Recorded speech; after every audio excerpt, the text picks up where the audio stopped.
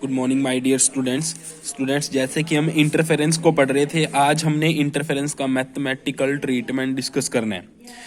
देखो, हमने इंटरफेरेंस के बारे में क्या बोला था। हमने बोला था कि जब दो same frequency and approximate same amplitude की वेव्स एक डायरेक्शन में प्रोपिगेट करती हैं तो उनके सुपरपोजिशन से जो रिजल्टेंट वेव बनती है उनकी इंटेंसिटी कुछ पॉइंट्स पे मैक्सिमम होती है, कुछ पॉइंट्स पे मिनिमम होती है। ठीक है, तो अब हमें क्योंकि इसका मैथमेटिकल एनालिसिस करना है तो हमें क्या करना होगा, हमें दो वेव्स लेनी पड़ेगी जिनकी फ्रिक्वेंसी सेम हो। तो इसलिए मैंने दो वेव्स ले ली। फर्स्ट वेव है, उसकी डिस्प्लेसमेंट इक्वेशन है y1 equals to a1 sine omega t, where a1 is the amplitude of first wave, omega is the angular frequency. उसके बाद दूसरी वेव है, उसका एम्पलीट्यूड है a2, फ्रिक्वेंसी सेम लेनी है तो एंगुलर फ्रिक्वेंसी इसकी भी ओमेगा ही है और 5 फेज डिफरेंस है। ठीक है, तो ये दो मैंने क्या की, दो वेव्स की डिस्प्लेसमेंट इक्वेशन कंसीडर की। जो सेकंड वेव है वो फर्स्ट वेव से 5 फेज एंगल आगे चल रही है, 5 फेज एंगल आगे चल रही है। तो जब दोनों का सुपर पोजिशन होगा तो एक रिजल्टेंट वेव बनेगी। उसका रिजल्टेंट वेव का एम्पलीट्यूड हम कैसे देंगे, by the superposition principle. वो क्या था, दोनों के डिस्प्लेसमेंट्स को ऐड कर दो तो y equals to y1 plus y2 हो जाएगा। y1 की जगह पे y1 की वैल्यू पुट कर दी, y2 की जगह पे y2 की वैल्यू पुट कर दी। ठीक है, इसके बाद हमने क्या किया, देखो a1 sine omega t as it is, plus की जगह प्लस, a2 की जगह a2 sine omega t plus 5, इसको ओपन कर दो। हमें पता है साइन ए प्लस बी का फॉर्मूला क्या होता है, sine A cos B plus cos A sine B. तो यही मैंने किया, sine omega t plus phi का फॉर्मूला क्या बनेगा, sine omega t cos phi plus cos omega t sine 5। तो ट्रिग्नोमेट्रिक फंक्शन जो फॉर्मूला आता है, ट्रिग्नोमेट्रिक फंक्शन फॉर्मूला आता है, उससे मैंने इसको ओपन कर दिया तो ये आ गया। नेक्स्ट लाइन में मैंने क्या किया, a2 का मल्टीप्लाई कर दिया इस ब्रैकेट में, तो मेरे पास a1 sine omega t plus a2 sine omega t cos 5 plus a2 cos omega t sine 5, ये आ गया। ठीक है, इसके बाद क्या करो, साइन ओमेगा टी वाली टर्म्स को एक तरफ कर लो, कोस ओमेगा टी वाली टर्म्स को एक तरफ कर लो। तो ऐसा करने के लिए मैंने क्या किया, ये जो पहली दो टर्म्स दिख रही हैं इसमें से साइन ओमेगा टी कॉमन ले लिया। जब इसमें से साइन ओमेगा टी कॉमन लूंगा तो ब्रैकेट के अंदर क्या रहेगा, इसमें a1 plus a2 cos 5 sine omega t common ले लिया, ये आ गया। और इधर a2 sine 5 cos omega t, ये एज इट इज पड़ा है। ठीक है, तो ये मेरे पास डिस्प्लेसमेंट इक्वेशन इस फॉर्म में आ चुकी है। अब नेक्स्ट स्टेप में मैं क्या करूंगा, क्योंकि मुझे एक स्टैंडर्ड रिजल्ट चाहिए, जो लास्ट में रिजल्ट आएगा स्टैंडर्ड रिजल्ट वो मुझे चाहिए। तो मुझे क्या करना पड़ेगा, क्योंकि a1 प्लस a2 कोस 5 ये एक कांस्टेंट चीज है, तो एक कांस्टेंट चीज को दूसरी कांस्टेंट वैल्यू से रिप्लेस कर सकते हैं। साइन ओमेगा टी तो वेरिएबल है, इसको तो नहीं कर सकता मैं। वैसे ही a2 साइन 5 है, ये भी एक कांस्टेंट टर्म है, इसको दूसरी कांस्टेंट टर्म से रिप्लेस कर सकता हूं। जैसे सपोज मैं आपको बोलूं कि 4 इंटू, जैसे सपोज 8 है, 8 को मैं 2 इंटू 4 लिख सकता हूं, इसको 4 इंटू 2 भी लिख सकता हूं, है ना।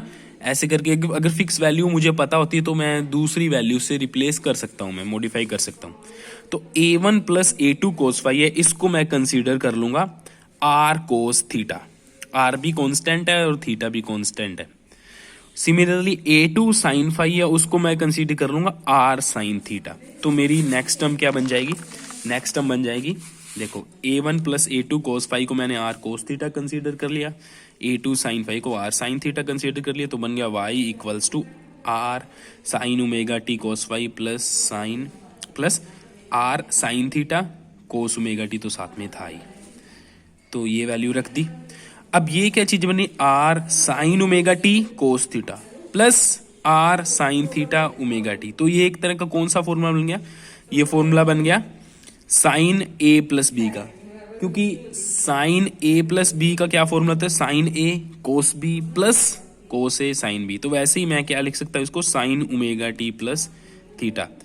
इसको ओपन करके देख लो, ऊपर वाली टर्म ही बनेगी, है ना, sign omega t cos theta plus sign theta cos omega T. मतलब इसमें से अगर r कॉमन लोगे तो ब्रैकेट में ये ट्रिगोनोमेट्रिक फंक्शन की वैल्यू ही बनेगी।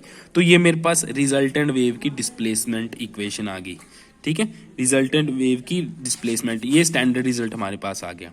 इस स्टैंडर्ड रिजल्ट को देखने से साफ पता लग रहा है जो रिजल्टेंट वेव आएगी उसका एम्पलीट्यूड क्या होगा, कैपिटल R, उसका फेज एंगल क्या होगा, ओमेगा टी प्लस थीटा। और ये थीटा एंगल, पहली वेव से थीटा एंगल आगे चल रही है, तो इसका फेज डिफरेंस भी हमको पता लग गया। अब ये तो आ गया हमारे पास डिस्प्लेसमेंट इक्वेशन का स्टैंडर्ड फॉर्म आ गई। अब आर की वैल्यू फाइंड करनी है और थीटा की वैल्यू भी हमको फाइंड करनी है, तो वो हम कैसे फाइंड करेंगे? देखो हमें क्या करना है, हमें पहले आर निकालना है। तो equation number 3 and equation number 4 को यूज कर लो, इससे आप आर निकाल सकते हो। क्या करो, equation number 3 and equation number 4 दोनों का स्क्वायर करके ऐड कर दो। अरे दोनों का क्या करो, स्क्वायर करके ऐड कर दो। इक्वेशन नंबर 3 का स्क्वायर करोगे तो ये बनेगा a1 plus a2 cos square phi left hand side में, और 4 का स्क्वायर करोगे तो a2 साइन फाई का whole square equals to right hand side में क्या बनेगा, R square cos square theta plus R square sine square theta. तो दोनों में आर स्क्वायर कॉमन आ जाएगा, तो अंदर क्या रह जाएगा, कोस square theta plus sine square theta बन गया। कोस square theta plus sine square theta 1 होता है, तो ये टर्म सिर्फ आर स्क्वायर के इक्वल रह जाएगी। और इधर वाला जो ब्रैकेट है इसको हम ओपन कर लेंगे। पहले a1 plus a2 cos phi का स्क्वायर, इसको ओपन करोगे तो ये बनेगा a1 square a2 square cos square phi plus 2a1 a2 cos phi, मतलब a प्लस बी का होल स्क्वायर वाले फॉर्मूले से मैंने इसको ओपन कर लिया। वैसे ही a2 साइन फाई का होल स्क्वायर क्या बनेगा, a2 square sine square phi equals to R square. ठीक है, अब नेक्स्ट देखो a1 square as it is, ये वाली टर्म देखो a2 square cos square phi a2 square sine square phi, इन दोनों में a स्क्वायर आप कॉमन लोगे तो ब्रैकेट में क्या आएगा, cos square phi plus sine square phi, जिसकी वैल्यू क्या बन जाएगी 1। तो मतलब a2 square cos square phi plus a2 square sine square phi, इसकी वैल्यू a2 स्क्वायर के ही बराबर आएगी। और 2a1 a2 cos phi as it is, ये r square as it is. अब मुझे आर स्क्वायर की वैल्यू तो चाहिए नहीं, मुझे आर की वैल्यू चाहिए, मतलब रिजल्टेंट वेव का एम्पलीट्यूड। तो इस आगे क्या किया मैंने, अंडर रूट ले लिया, तो मेरे पास रिजल्टेंट वेव का एम्पलीट्यूड आ गया, which is equals to a1 square plus a2 square plus 2a1 a2 cos phi. और फाई क्या चीज था, फाई था फेज डिफरेंस फर्स्ट और सेकेंड वेव के बीच में। तो ये फॉर्मूला आपको ध्यान रखना है, इससे हम डायरेक्ट न्यूमेरिकल सॉल्व करेंगे। दो वेव्स की इक्वेशन दे दी, बोलेगा रिजल्टेंट वेव का एम्पलीट्यूड बताओ, तो आर ऐसे करके निकाल सकते हो आप। वैसे ही थीटा निकालना भी मैं आपको सिखा दूंगा। और अगर आपके पास आर आ गया, आपके पास थीटा आ गया, तो रिजल्टेंट वेव की इक्वेशन निकालनी भी आप सीख लोगे। तो ये हाफ पार्ट हो गया है लगभग। तो नेक्स्ट वीडियो में अपने फेज एंगल, इंटेंसिटी वो डिस्कस करेंगे।